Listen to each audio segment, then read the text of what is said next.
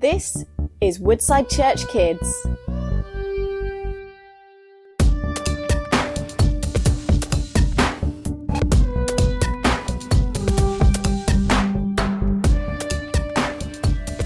Hi everyone, my name is Matty and this is for the Kids in Engage.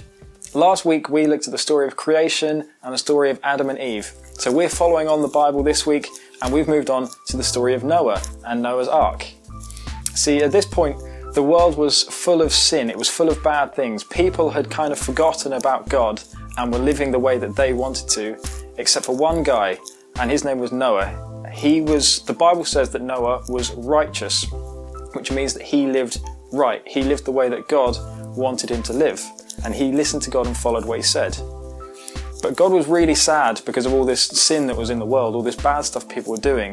In fact, he was so sad that he wanted to get rid of all of the people that he had made.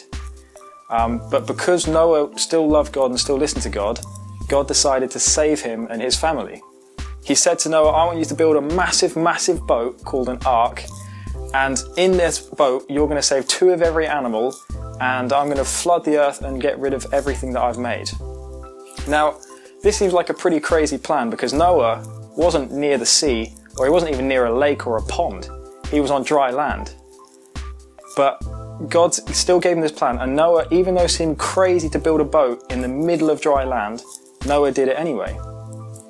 See, sometimes God's plan is bigger than our own plan, and things that God asks us to do might seem really, really ridiculous, but God always has a plan for what he's going to do. So even though it seemed crazy to build a boat on dry land, God knew that he would flood everything, and the boat would then be in water. Now on this boat was meant to store 2 of every animal, but God got those animals to go in pairs into the ark. That wasn't Noah's job. God got all these animals to go into the ark. And then finally, God shut the door behind all the animals that went in. See, Noah and his family were safe on this ark. And then the rain started coming. Started off as a little bit of a patter, and you got a few puddles. And then these puddles became their own little ponds. And then became lakes and rivers. And eventually everything started to be covered with water. See, God's plan didn't seem so crazy anymore.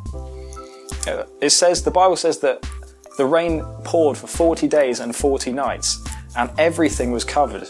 The rain went high above the mountains and the trees. But Noah and his family were safe in the boat. And eventually the rain stopped, but Noah looked out of the boat and there was still no land around, it was still just water everywhere. So he sent out a dove, and this dove flew around for a bit and came back with nothing. And then a few days later Noah sent out another dove, and this time it came back with a twig from a branch, from a tree, which means there was land somewhere. And then at the last day, Noah sent out a dove again, and this one never came back. See, this dove had found somewhere to land, which meant that the water was going down.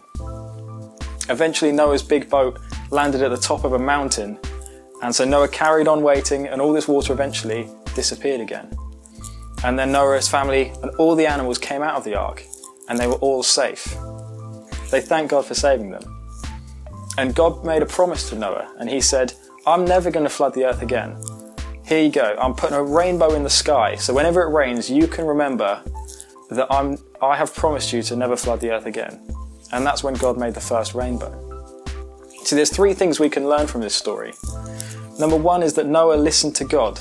Even though God's plan seemed really weird to build a boat on dry land, Noah still listened, and Noah obeyed what God had said. And because of that, God kept him safe. God saved them because they listened, which we can look at a bit today, and it's still relevant to us today. Like God chose Noah to be safe in the boat to save all of humankind, Jesus came to earth and died on the cross to save all of his people.